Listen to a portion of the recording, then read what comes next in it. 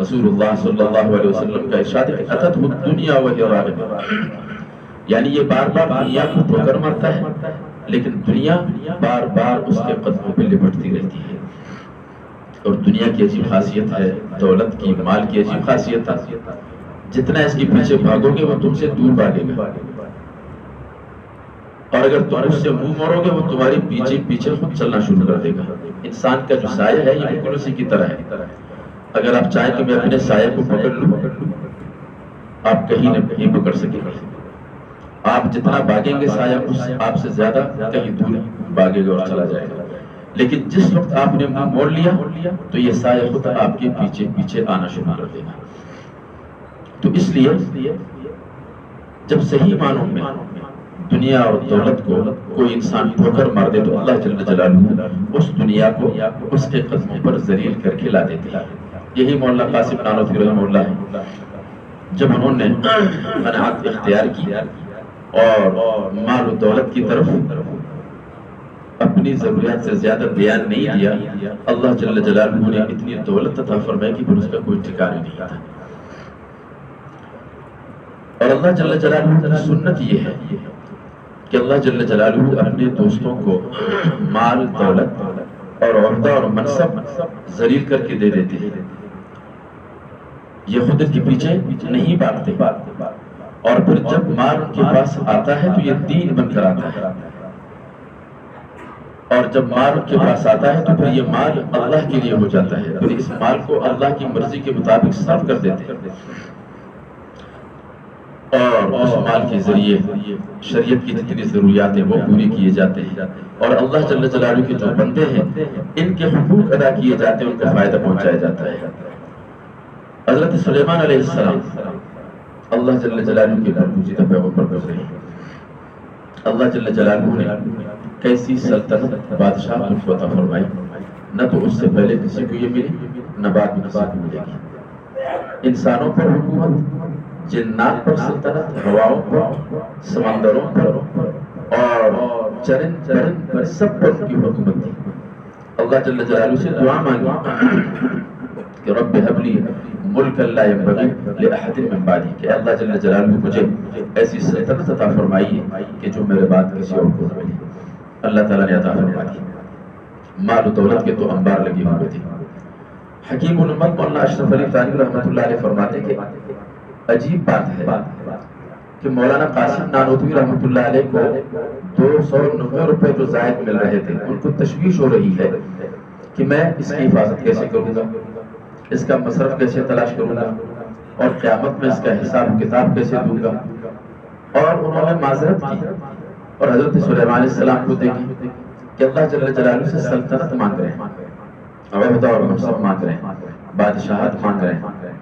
بظاہر ایسا لگتا ہے کہ معاذ اللہ کیا حضرت سلیمان علیہ السلام کے دل میں عہدہ اور منصب اور مال کی محبت تھی؟ ایسا کس کا؟ وہ تو اللہ جل جلالہ کے برگزیدہ پیغمبر تھے، ان کا دل مال کی محبت سے، مال کے حرص سے اور عہدہ اور جاہ کی اور سلطنت کی حرص سے پاک و صاف تھا۔ لیکن انہوں نے جو اللہ جل جلالہ سے یہ سوال کیا، یہ مطالبہ کیا، ان کے زمانے میں شریعت پھیلانے کے لیے، شریعت کے احکامات لاگو کرنے کے لیے اس سلطنت کی ضرورت تھی، اس لیے انہوں نے یہ سوال کیا۔ اور پھر جو مال و دولت کے انبار جو لگے ہوئے تھے، پوری دنیا ان کے ہاتھ میں، تمام خزانے ان کے ہاتھ میں، پھر حساب کتاب کا کیا ہوتا؟ اللہ جل جلالہ خود فرماتے کہ ھذا عطاؤنا فامنن او امسک بغیر حساب، کہ اے سلیمان یہ سب کچھ ہم نے جو آپ کو عطا کیا ہے آپ کی مرضی ہے، آپ صدقہ کر لیں یا اپنے پاس رکھ لیں، آپ سے کوئی حساب کتاب نہیں ہوگا۔ جہاں تک حساب کتاب کا معاملہ ہے تو آپ سے کوئی حساب کتاب نہیں ہوگا، اس لیے ان کو تشویش نہیں تھی۔ لیکن اللہ جل جلالہ نے سلطنت عطا فرمائی تو پوری دنیا میں انہوں نے دین کو نافذ کر دیا۔ تو اللہ جل جلالہ جو اپنے اولیاء کو، اپنے دوستوں کو مال و دولت عطا فرما دیتے ہیں تو یہ ان کے نزدیک یہ مال اللہ کا ہوتا ہے، جس سے شریعت کی ضروریات پوری کیے جاتے ہیں اور اللہ جل جلالہ کے بندوں کو فائدہ ہی پہنچایا جاتا ہے۔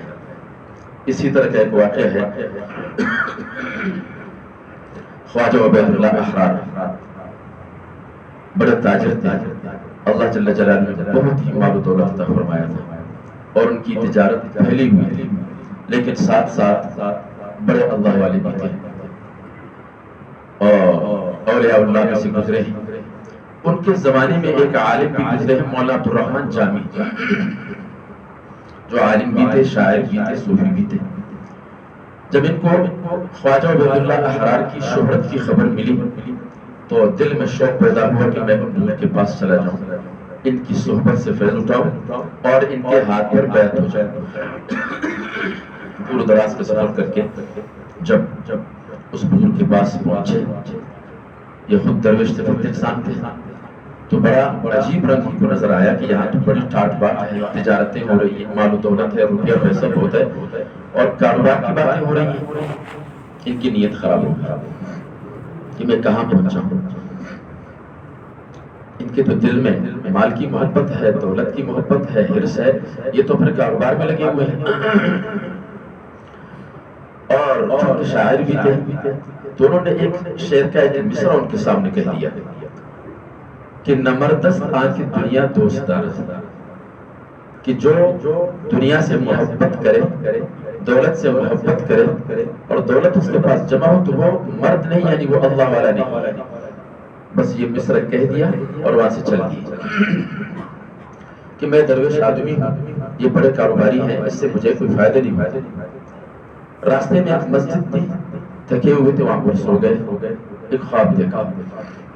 عجیب خواب دیکھا کہ محشر کا میدان ہے اور اللہ جل جلالہ کے حساب کتاب شروع ہے۔ ان کو بھی جلدی ہے کہ میں جلدی جلدی حساب کتاب سے فارغ ہو جاؤں اور جنت میں داخل ہو جاؤں۔ اسی اسنا میں ایک شخص آ کر ان کے دامن کو پکڑا، کہا کہ میرے 2 پیسے آپ کے اوپر ہیں، لہٰذا میں آپ کو آگے جانے نہیں دوں گا جب تک یہ ادائیگی ادا نہیں کریں گے۔ تو مولانا جامی نے کہا کہ دیکھو ایک تو مجھے یاد نہیں ہے، پھر یہ 2 پیسے اتنی اوقات نہیں، آپ مجھے کیوں خواہ پریشان کر رہے ہیں، مجھے آگے جانے نکالی، آگے جانے نہیں دیں۔ مولانا جامی پریشان ہو گئے، جنت ہاتھ سے جا رہی ہے تو دیکھا دور سے خواجہ عبید اللہ احرار کی سواری آ رہی ہے۔ جب قریب آئے تو اس شخص سے کہا کہ اس فقیر کو کیوں تنگ کر رہے ہو؟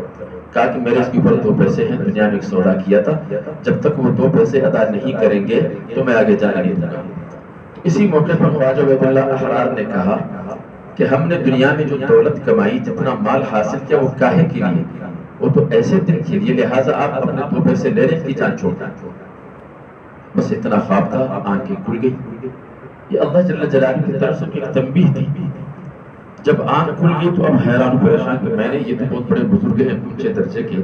میں نے ان کے سامنے کیا حرکت کی، میں نے یہ کیا جملہ ان کے سامنے کہا۔ اور جب مسجد سے نکلے بیداری میں، واقعتاً خواجہ عبید اللہ احرار اپنی سواری پر آ رہے ہیں اور آتے ہی مولانا جامی سے کہنے لگے کہ وہ جو آپ نے ہماری مجلس میں ایک مصرع کہا تھا ذرا دوبارہ دہرا دیں۔ کہا کہ نہیں، اب میں نہیں کہہ سکتا، اب یہ مصرع میرے زبان پر نہیں آ سکتا۔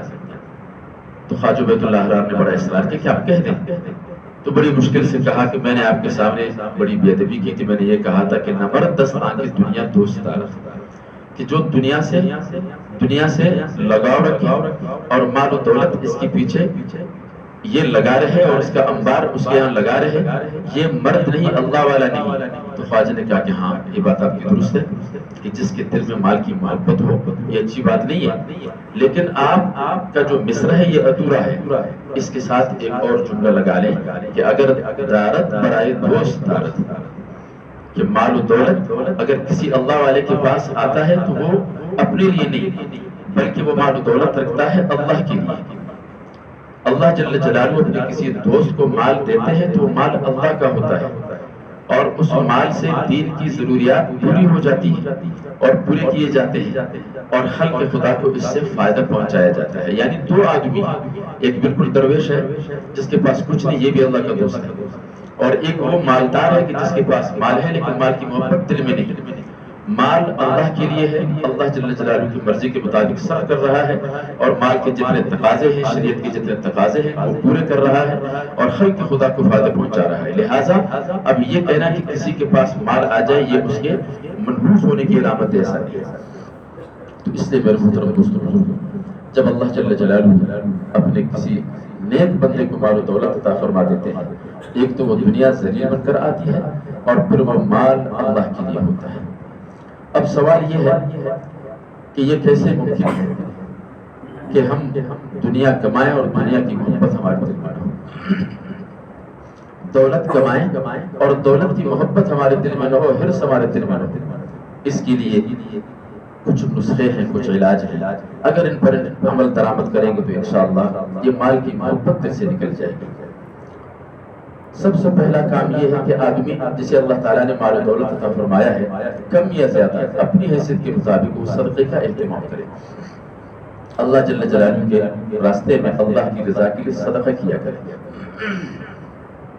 اس لیے کہ صدقے کی صورت میں مال حقیقت اگرچہ بڑھتا ہے لیکن وہ مال دے رہا ہے، جب مال دے رہا ہے، مال نکات ہے، تو اس سے اس کی محبت کم ہو جائے گی۔ اور صدقے کے بہت سارے مصارف ہیں، غریب غربا ہیں کی مدد کریں، کسی کو کپڑوں کی ضرورت ان کو کپڑا لے کر دے دیں، کہیں راشن کی ضرورت ان کو راشن دلا دیں، اور کہیں ایسے غریب بچے بچیاں ہیں کہ جن کی شادیاں نہیں ہو پا رہی تو ان کی شادیوں کا اہتمام اور انتظام کریں، کہیں پانی کی ضرورت تو وہاں پر کنواں لگوا دیں، کہیں مدرسے میں ضرورت تو وہاں پر تعاون کریں، کسی مسجد میں، اور اپنے عزیز اور اقربا میں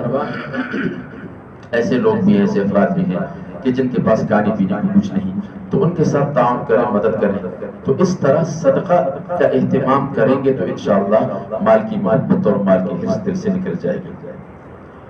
اور دوسرا نسخہ یہ ہے کہ ساتھ ساتھ اللہ تعالیٰ سے دعا مانگیں کہ یا اللہ مال و دولت آپ نے پیدا کیا ہے میری ضرورت کے لیے، اور جس کے بغیر میرا چارہ کار نہیں، یا اللہ میں مال و دولت ایسے حاصل کروں کہ اس کی محبت اور اس کا حرص میرے دل میں نہ آئے، یا اللہ اس مال و دولت کو مجھے اپنی مرضی کے مطابق صرف کرنے کی توفیق عطا فرمائیے، یا اللہ یہ مال یہ دولت میرے دین کے لیے میری آخرت کے لیے رکاوٹ اور فتنہ نہ بنے۔ دعا کا اہتمام کریں، اور دعا تو وہ ہے جس سے تقدیر بدل جاتی ہے۔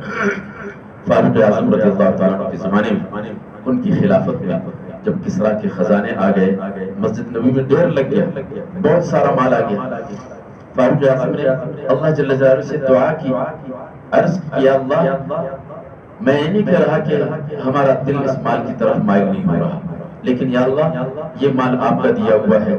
اپنی مرضی کے مطابق صرف کرنے کی توفیق عطا فرمائیے، یا اللہ یہ مال ہمارے دین کے لیے فتنہ نہ ہو، یا اللہ یہ مال ہماری آخرت کے لیے رکاوٹ نہ بنے۔